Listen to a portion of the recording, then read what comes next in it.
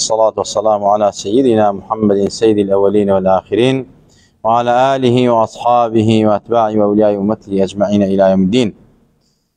عزيزان خوشويستان أوين داران حضرت رسول أكرم صلى الله عليه وسلم خواهي قورم كور مجسمان ليقبول كاو ناوما لدفتر صلواتي في غنبري خواه صلى الله عليه وسلم تومار كاو في غنبري خواه صلى الله عليه وسلم ناي خومان وباوكو دايكمان بريو دعاي خير ما بابكا. عزيزان خوشويستان لخدمتي سيري باكي في غنبرة صلى الله عليه وسلم خدمتي كتابك جنابي ما وصايا مدرس الوردة الأنبرية في سيرة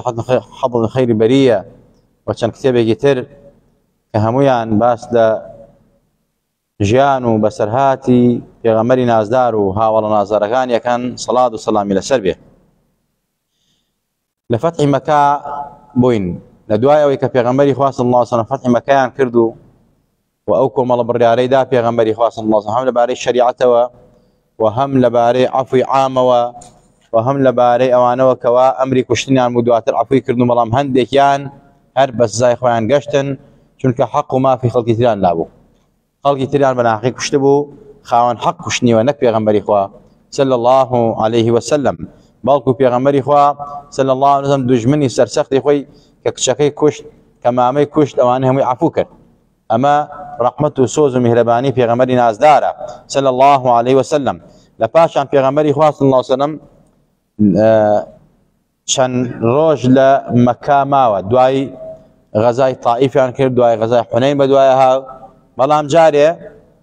يما قول بجيرك لم فتح مكة في غنبري خوا صلى الله عليه وسلم في غنبري خوا صلى الله عليه وسلم نوزدر روج يا هجدر روج يا نوزدر روج لمكة ماوى نويشي كورتا كردوا قصوا جمع كف بويا علماء زانان لما وريان قلتوها هر كس يتشوبوا هر شوينيه ني سفري قصر بيه سفرك معصية نبي قناه نبي تاوان نبي يعني دو مرحلة سيا مرحلة بيه نقل يربو عربات يعني يربو زرايان يعني يربو دربني خان توبلي من جمع كم قصوا جمع كم عمد دروسنية أبي أو سفر نيواني شارك خوتو أو شاري بوي الروي يا أو سفر بوي الروي أبي دو مرحلة بكار مرحبا بي فرسخو أبي كيلومتر إمرو تقريبا هشتا بروجور أكا يعني أبي أو شونا لهشتا كيلومتر بروجور بيت كم تربية ولا ما وزانان أفنون دروس نية هاتشان أبو حنيفة من هاد دروس نية بلام جمهوري زانان وإمام الشافعي وإمام أحمد أمانة أفنون دروس تا أجر لسريو هشتا كيلومتر بيت سفركي تو بمرجع سفرك حلال به بو معصية نبي بو غناء نبي بو تاوان نبي سلو كابرا ولا سفري معصية شيء بو إنك كابرا أجر هي مسألة عاجز بو ولا معلم هي مسألة هي بو قطع سيل الرحمة شيء هي مسألة بو بزية شيء هي مسألة بو مشاركة تاوان كشيء أما السفري معصيته هي مسألة نيوشكا مسألة عرق فروشو بو سفرك يواشي ما أنا همي هي بو إسلام محتاجاني كردوه أما سفرك تو لسروي 8 كيلومتر بيه والسفرك حلال به او كاتو تواني او جمع كي اگر تو بو سفرك اروي لشارك خد بو مسألة بو هولير كمسافة قصرة يا سفرك 8 كيلومتر تو لو شاري خدك اروي بو شو انا اگر نزاني شن شوت بيجي ببي ام حديثي پیغمبري خو ام فعل او اكاري پیغمبري خو صلى الله عليه وسلم ك هجدب ونوز دروج كلمة كما وتوا قصوا جمع كذا توج اتواني تا هجد الروج قصوا الجمع بكي يا عند العناف تا ايشكت جيب جيب بيه بلا ما قلتو ليرة اشيبو سفرك 8 كيلومتري سفرك حلاله سفرك 8 كيلومتر مسافه قصوا جمعه ازاني لشوار شو زياتري بي ناتشه مثلا شو دو شو بيتشه ما دام ازاني لشوار شو زياتري بي ناتشه كتشويت اوي بس للرقاب وتيه مثلا للرقاي هدو شاركه كتشويت مثلا لسليمان تشوي هولير لبين هولير سليمان وانا قص جمكي قص جمكي بلام تشويت هولير بوتنيه بكي لبر خاتي تو ابي بمقيم شنكا تو كم ترلا مثلا شوار شوت بيتشيت ما دام ازاني تو لا شوار شو زياده بيناتيه كتشويت مقيمي بام هنا قدار بي اما النقطه اساسيه لا شريعه الاسلام ما شي بيكراها بلام كانو زاني وقت بيغمري خوا صلى الله عليه وسلم كهاب وفتح مكه طبعا نان زاني شن شان بيتشي بو جهاد وبو شرات بيغمري خوا صلى الله عليه وسلم هەژدە ڕۆژ یان 11 ڕۆژ پێغەمبەری خوا ماوە نوێژەکانی چی پێکرد قەسریش و جەمعیش کورتیش یەکردەوە کۆیش یەکردەوە ئەنجا پێغەمبەری خوا صلی الله عليه وسلم لە فەتحی مەکە فەرمووی لەمڕۆوە تا ڕۆژی قیامەت ژنهێنانی متعە حرامە ئەم سیغەی ئەمڕۆ کە لە وڵاتانە بەناو دین و ئالوبەیتەوە ئاماژەی پێگرێ خوا پەنامان بە ئەوە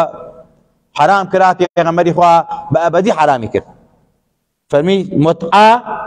نیکاحی متعە حرامە ئەوەی ئەنجامی بە لەعنەتی خوا و پێغەمبەر و هەموو خەڵکی لەسەر بێت اینجا لە پاشان پێغەمبەری خوا صلی الله عليه وسلم عتابی کوڕی ئوسەیدی کردە والی سەرپەرشتیاری مەککە اینجا پێغەمبەری خوا وعدی دابوو بۆ کوێ بگەڕێتەوە شوێنی مەدینە وعدی بە ئەنسارەکان دابوو کە لەگەڵ ئەوانە بژی لەگەڵ ئەوانە بمرێ وفات کە پێغەمبەری خوا صلی الله عليه وسلم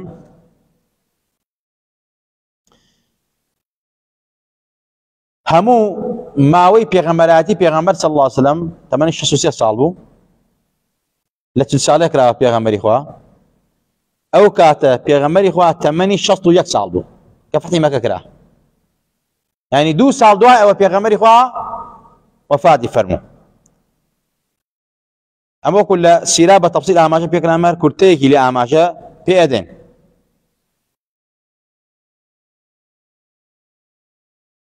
اینجا پێغەمبەری خوا صلی الله عليه وسلم حەزرەتی معازی کوڕی جەبەلیشی لە مەکە دانا هێشتەوە تاکو خەڵکی فێری شریعەت و ئیسلام کە معازی کوڕی جەبەل کە ئیتر پێغەمبەری خوا لە وەصفی ئافەرمێت زۆر شارەزە لە حرام و حەڵاڵە و لە شریعەتە ئەعلەم الناس پێغەمبەری خوا نای بردووە چەند بەڵێن گوڵبژێرێک خاڵی گرنگ لەم فەتحی مەکەی پێغەمبەری خوا صلى الله عليه وسلم پیغمبری خوا فرمی هذا ما وعدني ربي ثم قرأ إذا جاء نصر الله روي كذا أصحاب لكادك بازي فتح مكيكر پیغمبری خوا فرمی أمو وعد خواه إن الله لا يخلف الميعاد وعد خواه راسته إن جاء آياتي سورتي إذا جاء عنده إذا جاء نصر الله والفتح تاك سورتي كهمي بيك وداب زيبت سورتي إذا جاء كأم سورة علماء زانان أصحاب علماء زانان أصحاب فأما جاء بفوتي بيغمري إخوة بوفاتي بيغمري إخوة صلى الله عليه وسلم تمام أم سورة خوا بيغمري إخوة صلى الله عليه وسلم كأي بيغمبر إخوة جورا سركوتني بتو دعوة بتو خلاط كردوا كفتح مكة فتح مكة إتر وكو إمام عمر فرمي رضي الله عنه إخوة إلى سربية زليل بوني خلقي مكة يعني زليل بوني همو جزيرة عربة وبيغمري خوا چونك أهل مكة زور بقوة بون زور بهيز بون بوي إمام عمر رضي الله عنه إخوة إلى سربية همو جارة وقسيكر فرمو خواهي تبارك وتعالى ما دام ايري زليل قربوا بيغمبري خواه صلى الله عليه وسلم اتتواوي عالم زليل بيغمبري خواه صلى الله عليه وسلم خواهي قربوا بيغمبري فرمو إذا جاء نصر الله والفتح ورأيت الناس يدخلون في دين الله أفواجا فسبح بحمد ربك واستغفره إنه كان توابا أم سورة بيغمبري خواه دخوارو آما شبو أي بيغمبري خواه كاتك سركوتن بوتو هاو نصر بوتو هاو رزقاري مكة بوتو هاو اما شيبوا براسي انجالو كاتا ابيني كخلط شون كومل داخل اسلام ابن مسلمان ابن بمسلمان كأمد بيني اي بيغمبري نازار وخوش شويست ككس ناتون برهالصيل يبكا وفتح مكة اكي توش لو كاتا للشكران بجري پروردگارا فسبح بحمد ربك واستغفره انه كان توابا تسبيحات وتمجيدات پروردگار کا سپاس گزار با وشکرانه بجری پروردگار با لسن نعمت سرکوتن رزگار کنی مکه اینجا داوی له خوشم کا بو خطو بو امتک لباس باس ما پیغمبر خو گناهی نیه استغفاری پیغمبر خو بو گناهی خو نیه خو له گناهی اول و اخری خوش بو ای ام استغفاری پیغمبر خو بو چیه داوی له خوش بونی پیغمبری خوا صلی الله علیه وسلم بو گناهی امتک پیغمبری خوا صلی الله علیه وسلم خوی امی هەڵگرتووە اما اركيك لس الشاني خوي وكو وفايك وكو رحمك وكو سوزك بأمتك في غمر إخوة صلى الله عليه وسلم. حتى دايكي ما داران أفرميت يكي لدعاء الركوع سجود في غمر إخوة صلى الله عليه وسلم أوابو كزور جار أي فرمو سبحانك اللهم ربنا وبحمدك اللهم اغفر لي. أما دعاء في غمر إخوة أبو لنا الركوع لنا السجدة كباكيو بيقردي خوايا بو تو پروردگارا تو خوای ئێمەی حمد و سپاس بۆ تۆ خوایە لێم خۆش بە ئینی اللهم اغفر لأمتي پێغەمبەران هەموویان معصومن پێغەمبەری منە سەروی هەموویەوە سەڵات و سەلامی لەسەر بێ. طبعا ئەمە ئەزانین إذا أراد الله شيئا هيئ أسبابه کاتی خوای تبارك وتعالى بیەوێ شتێ بکە ئەسبابەکانی هی بۆ ڕێگەخا ئەڵێ خوای تبارك وتعالى کوردواری خۆمان واڵێ تەختە تاش نییە تەختە ڕێکەرە شتێکی وا هەیە کوردواری خۆن یعنی کە خوای تبارك وتعالى ویستی کارێ بۆ تۆ بکە هۆکارەکان و ئەسبابەکان بۆت ئامادە ئەکات ئیتر ئەو شتەیە بەدەستە ئەگەر شتێکی لێ منەکە سەیرەکەی هەموو دەرگایەک لێ داخل لەسەری ئینی هۆکارەکان داخراوە پەت ئیمەکەیش خوا هەموو هۆکارێکی بۆ پێغەمبەری خوا ئامادە کردوو بەڵام لەگەڵ ئەوەشە یەکشتمان لەبیر نەچێت سەلیقە و لێزانینی پێغەمبەری خوا صلى الله عليه وسلم لفتح مكة وماندوبون وجود الصحابة پێغەمبەری خوا صلى الله عليه وسلم كبراسي فتح مكة رزقاركني مكة وإسلام بشرق بغربي يعني برهمي جهد وماندوبوني پێغەمبەری خوا صلى الله عليه وسلم انجا أصحابكاني پێغەمبەری خوا خۆگری ئەوان صبر و سەباتیان براسي برهمي أحد بلال حبشية كلا تعذيب أينالان لأن دا ككفر بكا أو هر أي فرمو أحد برهمي أم ذاتان بو برهمي حزي أبو بكر بو رضا رحمة إخوائي للسربية كأوندي ليدرا بابي وشي بردانا ومالو دعاي بو خصمتي بيغمبري إخوا صلى الله عليه وسلم كهوشياتوا يكم شتك داويكر أين رسول الله بيغمبري إخوا لكويه باوکی دایکی کە سوکاری قەوم و کەسەکەی ئەیانوو ئێمە پشتیوانیتون ئێمە تۆمان ڕزگار هەر هاوار لە پێغەمبەرەکەی هەر باسی پێغەمبەرەکەی ئەو قەومەکەی لێ دوورکەوتنەوە تا دایکی لەگەڵ چەند نەفەرەکە بردیان وەلای پێغەمبەری خوا ماڵ ئەرقەمی کوڕی ئەرقەم بەرهەمی ئەم زاتانە بوو بەرهەمی غیرەت و شەجاعەت و ئازایی ئیمامی عومەر بوو ئیمامی عەلی بوو نەبەردی و دلێری نەترسی ئیمامی عەلی حضرت علي كلا جاي پێغەمبەری خوا لە جتا گەنجێکی تازە پێگەیشتوو بەڕاستی یانی خۆی قسە خەتەرەوە لە جێی پێغەمبەری خوا خۆت بەرهەمی ئەم زاتانە بوو بەرهەمی حیا و شەرمی حەزی عوسمان بوو ئەمە جگە لەوەی خوای تەبارەک وتەعالا لە سەروی هەموویەوە هۆکارەکانی ڕێخستووە بەڵام جوهد و ماندووبوونی ئەو سەحابانەشمان لەبیر نەچێ یەک بە یەکیان وهروها حتى بلالي حبشي رضا رحمة إخوائي لسر لفتح مكة كأراد سر بيت بانغدا أواني كيشتها تازة مسلمان يعني يشتها مسلمان نبون وتعني يعني هيني إخوانا يعني بس نوبا وبابيري إما لحياة نبو أمرش في استببين بس أم بيتوا بانغ با خو هذا هم يعني تقي إسلام هو نازانية إسلام عبدك كويليك كبحق بإخلاص مدرس وزلا لا إله إلا الله أي كاب باشا ككافر ومشرك وبيدينا أي كاب قداو كويليك أما إسلامه وقو إمام عمر حسدي عمر رضي الله عنه إخوائي لسبب فرمين أعزنا الله بالإسلام فبإسلام بعزة كردين أبي بياوي فين بو إسلامه أقر بيتو عزت لغير إسلام دعوكين أذل الله خواهي قرر زليل ما نكا بويا دائما وهميشا هر ملته هر قليه بيوي عزتي دسكوي لمسلمانان كبوي إسلام وعزتي دسكوتوا بيوي لغير إسلام خوي بدوزيتو يا عزتي دسكويت يا قورة بيت ضمن يا بخوار سويك عزتي همو ملتك لمسلمانان إما داران همو زبانكان همو رنكان ما دام إسلام بعزتي كردوا هل لا إسلام لله العزة ولرسوله وللمؤمنين إن العزة لله جميعا وهروها خالق تريق نكتر أويه لم فتح مكة ئەومان لەبیر نەچێت پەیمان شکاندن. پەیمان شکاندن چ لەگەڵ موسڵمانە بێ یا کافر لەگەڵ موسڵمانە بێ بەڕاستی تاوانێکی گەورەیە، یا موسڵمان لەگەڵ کافرێکی زیمیا بێ تاوانێکی گەورەیە کە من پەیمانێ بە تۆ ئەدەم درۆت لەگەڵاکەم، پەیمانێ بە تۆ ئەدەم پەیمانەکە ئەشکێنم. ئەمەش خوای تەبارەک وتەعالا هەڕەشەی تون دەکات لەوانەی کەوا پەیمان ئەشکێنن. ئەفەرمێت وإن نكثوا أيمانهم من بعد عهدهم وطعنوا في دينكم فقاتلوا أئمة الكفر إنهم لا أيمان لهم لعلهم ينتهون. لسورة التوبة آية 12. أما بزياد ترباس لشيكا لبيمان شكاندني خزاعة بو بيمان شكاندني قريش أما بني بكر وخزاعة لقد بيغمبري خواه صلى الله عليه وسلم. بنو قريظة طبعا بنو قريظة أم آتل بنو قريظة أخواره تقريبا بيغمبري خواه همو قوركاني كشتن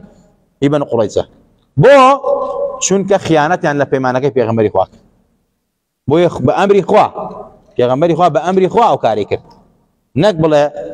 بأرزوي خواه معنا بأمري خواه قوركاني أواني هم ياكشت او تا قرآن فرميت اواني كوا لدواي بيمان بستن بيمان اشيانا خيانتكن بيمانك لو شنوا براسي اما عيبيكي زور قوري وتاواني قوري ولا قال اوش تانو تشل الدينية وادا رخنتان ليقرن فقاتلوا ائمة الكفر شر يعني الله كان ائمة الكفر قورا كان يعني لنايوان بن رواني جهنميان كان چونکە ئەوانە هیچ ئیمانێکیان نییە بە ئومێد ئەوەی کە ئیتر تۆ گەورەکانی ئەمانەت کوشت تۆ بەڕاستی موسڵمانان نەجاتیان بێ و ئیتر ئەوانی بێدەنگ بن. پێغەمبەری خوا لەسەر ئەساسی ئایەتە گەورەکانی بەنو قورەیزە هەمووی کوشتن. ئینجاوە هەروەها لە فەتحی مەکەیشا پێغەمبەری خوا صلی الله علیه وسلم کاتێکەوە ئەوە بوو پەیمانەکە شکێنرا پەیماندرا و بنو بكر دان لخزاعة بيغمري خواه صلى الله عليه وسلم فرموي بيمان شاندو اتر يمش حقي خو معنا تولي خو مان بكينوا وحقي مسلمانان بكينوا.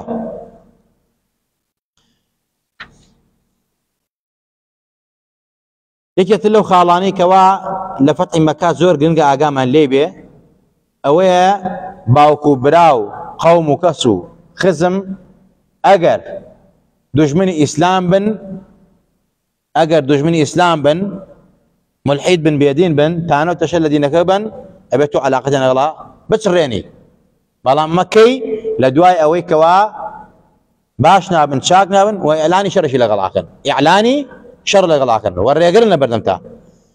بچي چونك اخوا ببيس ناوي بدون انما المشركون نجس. طبعا مشرك ذاتي مشرك خوي بيس نيه چی پیسە بیرروباوەڕەکەی عەقیدەکەی بەڵکە لەسەرمە چییە؟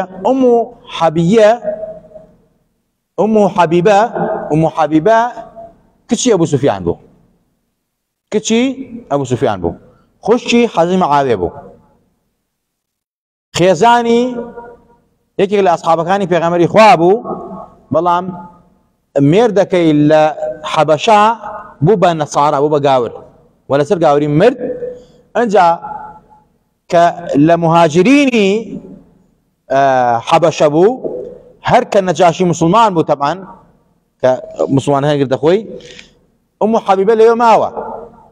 تا پێغەمبەری خوا تەمەن هیجران کرد بۆ مەدینەوەمانە. هەر لەوێوە ئومو حەبیبە شووی کرد بە پێغەمبەری خوا صلی الله علیه وسلم. کێ مارەی بڕی؟ نەجاشی مارەی بڕی، چونکە کافر نابێ وەلی ئەمری مسلمان بێت. باوکی ئومو حەبیبە کێ بوو؟ ئەبوو سوفیان بوو. السلطان ولي من لا ولي له، بەڕاستی کافر نابێت سلطانی وەلی ئەمری مسلمان. ئومو حەبیبە دوای چەند مانگێک مەسەلە چەند ماوەیەک هات بە خزمەتی پێغەمبەری خوا صلى الله عليه وسلم. بەڵام لە کاتێکە پەیمانەکە شکێنرا لە بەینی خوزاع و بەنی بەکرا و قوڕیش بەڕاستی وەکو تەئیدێکی جواب بوو پێغەمبەری خوا صلی الله عليه وسلم پەیمانەکە شکێنراوە. ئەبوو سوفیان وتمان هاتە مەدینە، هاتە مەدینە بۆ ئەوەی کەوا بزانێت پێغەمبەری خوا چییە نێتی چییە. وتمان پێغەمبەری خوا صلی الله عليه وسلم زۆر بەنهێنی فەتحی مەکەی بڕیاردا، حتا خێزانی خۆی ئاگای لێ نەبوو، خێزانەکەی خۆی ئاگای لێ نەبوو، کەس ئاگای لێ نەبوو. حتا حاتەبی کوڕی ئەبی بەلتەعیش بە هەستێک زانی پێغەمبەری خوا نیازی وجومیە بۆیە نامەکەی نووسی. ئەینا کەس لە پێغەمبەری خوا نەبیست بوو، نزیکترین کەسی پێغەمبەری خوا نەیەزانی پێغەمبەری خوا مەبەستی چییە، نیازی چییە پێغەمبەری خوا صلی الله عليه وسلم. ئەبوو سوفیان هات چۆ ماڵی پێغەمبەری خوا، چۆ ماڵی کچەکەی خۆی، ماڵی کێ؟ ئومو حەبیەیە، ئومو حەبیبە. ویستی لە شوێنەکەی پێغەمبەری خوا دانیشێ صلی الله عليه وسلم. وڵات جێگەی پێغەمبەری خوای هەڵگر لە ژێریا و فەرمی دامنیشە لەو جێگاوە، جێگەی پێغەمبەری خوایە صلی الله عليه وسلم. ئەبوو سوفیان وتی من باوکتم، وتی باوکمیت کافری پیسی، پیس نابێت لە شوێنی پێغەمبەری خوا دانیشێ. وەیە قورئانە فەرمێت ئینەما المشریکون نەجەسون، پیسن، عەقیدە و بیرباوەڕە نەیەش دانیشێت. ئەها خێزانی پێغەمبەری خوا باوکی خۆی کە کافرە نایەڵ لە شوێنی پێغەمبەری خوا دانیشێت. ئەمە ئیسلام و دینە، ئەبێ ئینسان ئیسلام و دینی لە باوکی، لە دایکی، لە نیشتیمانی، لە خاکی، لە هەموو شتە خۆشتر بوێ. چونکە ئەوەی کە ئیسلام و دین و ئیمان بۆ تۆیەکە، نە باوک و نە دایک، نە ئەولاد، نە نیشتیمان، نە پارە، نە سامان بۆت ناکە. کێتە ناو گۆڕە لەگەڵتا کاتە فریشتەکان پێت ئەڵێن من ربك وما دينك وماذا تقول في هذا الرجل الذي بعث فيكم وفي الخلق أجمعين. چی ئەم وەڵامانەت بۆ ئەداتەوە؟ چی ئەبێتە ئەنیس و ڕەفیقی ناو گۆڕت، تاریکی ناو گۆڕت، دڵنەواییت بکار ناو گۆڕە، ئیمان و ئیسلام، لا إله إلا الله ومحمد رسول الله. بۆیە پەروەردەی ئەسحابی پێغەمبەری خوا ئاوا بوو، باوک و دایکیان ئەکرد بە قوربانی هەناسەیەکی پێغەمبەری خوا صلی الله عليه وسلم. کچێک بە باوکی خۆی بڵێ تۆ پیسی نابێت لە جێی پێغەمبەری خوا دانیشیت. ئەبێ مسلمان ئاگادار بن، ئاگادار بن کە مسلمان ئەبێ ئیمانی ئاوا بەهێز بێت، نەک هەر لابەلا بیگرێ و مجامەلە بکە و خەریکی نیفاق بێ و تەوقە لەگەڵ کافرا بکە و لەگەڵ کافرا دانیشێ و دەست کاتە ملیان و سوڵحیان لەگەڵا بکە و بڕیار لە لەگەڵا دەرکا و ناوی خۆشی بنێ مسلمان، ناوی خۆش بنێ ئیماندار. حتا یەکێک لە تابعین ڕەزا و ڕەحمەتی خوای لەسەر بێ ئەفەرمێت حەسەنی بەسری کە هەر لە منبەتێکی حەسەنا پێگەیشتووە لە ماڵی پێغەمبەری خوا لای ئومو سەلەمە، ئەفەرمێت هەر کەسێ تەوقە لەگەڵ کافرێکا بکە مولعیدەکە با دەستنوێژ بگرێتەوە، چۆن پیسە. بۆیە سە کوردەکانی خۆیان شێ مەحموود کاتی خۆی پەڕۆی کردەوە دەستیوە تەوقەی لەگەڵ ئینگلیزا کردووە، خەتا ئەو بۆ نێڵا حکومەت بۆ کوردی دروست بێت، حکومەتی کوردی دروست بێت. 20 ساڵە حکومەتین خەڵک پەشیمانە لەوەش کە کردوێتی. بەهەرحاڵ شێخ مەحموود پیاوێکی نەبەرد بوو، پیاوێکی بەخوا سوڵحاوە، بەهەرحاڵ ئەوەشی کردبێت دین و ئیمانەکەی پێ کردووە. شێخ حەسەنی بەسری ڕەزا و ڕەحمەتی خوای لەسەر فەرمێ هەر کەسێ تەوقە لەگەڵ مولعیدێکا بکە با دەستنوێژ بگرێتەوە، با دەستنوێژ بگرێتەوە، چونکە پیس. ئەمە تەبعەن بۆ چوونێکە عولەما ئەولیا و زانانی تر وا نافەرمن، بەڵام ئەم زاتە وا فەرمێت چونکە ئەمە لە کێوە وەرم گرتووە؟ لە خێزانی پێغەمبەری خواوە صلی الله عليه کە نەیەشت لە ناو جێگەی پێغەمبەری خوا دانیشێت یا لە جێگەی پێغەمبەری خوا دانیشێت، لەبەر ئەوە کافر و مشریک پیسە. خوا فەرمێت پیسە، عەقیدە و بیرباوەڕیان. تۆش مسلمانی، مسلمان پاکە، دەستنوێژ گرتە نوێژ بکەی، کە تۆ دەستدا بەوە پیسە، ئەم پیسە واکە دەستنوێژ ئەمرێکی معنەویە، ئەوی پیسەکەی ئەمرێکی معنەویە کەواتە شتەکەی تۆ بەتاڵە بێتەوە و بۆیە دەستنوێژ بگرەوە. بەهەرحاڵ ئەمە چەند خاڵێکی گرنگ بوو و چەند خاڵە ترما بۆ جمعەکانی تر ئاماژەی پێکەین بە ئیزنی خوای تبارك وتعالى. خوا لە هەموو لایەکمان ڕازی و لە هەموو لایەکمان خۆش بێ. یا ربی خوا بەر شفاعەتی پێغەمبەرمان بخەی، بەر تکا و ڕزای پێغەمبەرمان بخەی. ئەو پێغەمبەرە یا ربی خوا ئەو پێغەمبەرە بانگمان بکە و دەرمان نەکە يا ربي خويا بردو عاكاني او بيغمر ناس دارمان بخي يا ربي خويا لدى بارينوا باسمي عصمي خود لبرخاتي جلاله دو كمالتي خود پروردگارا لغناي خومان واكو دايك من خوش با عاقبت من بخير بيرا شفاي دلو درون من با شفاي نخوش كان من با اواني كما دا يما كرب وكيل دعاء خير دعاء خير انا كردوا يا ربي خويا اگر نخوش انا شفاي عاجل فلان ببنره اگر مشاكل انا خويا بيان شعر سركه اگر من دال انا خويا من دال صالحان بري هانو صالح خويا بيان صالح ومن دالهم ولاك ما صالحي يا ربي خويا لسر كلمه لا اله الا الله محمد رسول الله بجين بمرزن دوبنا لروج قيامت شا پیغمبرنا ازدار صلاه والسلام الى السربيه لسر فردي صراط وقت برق من فرنتوا رامان جشو بانگ من كا بوسر حوزي كوسر شي من كاني باش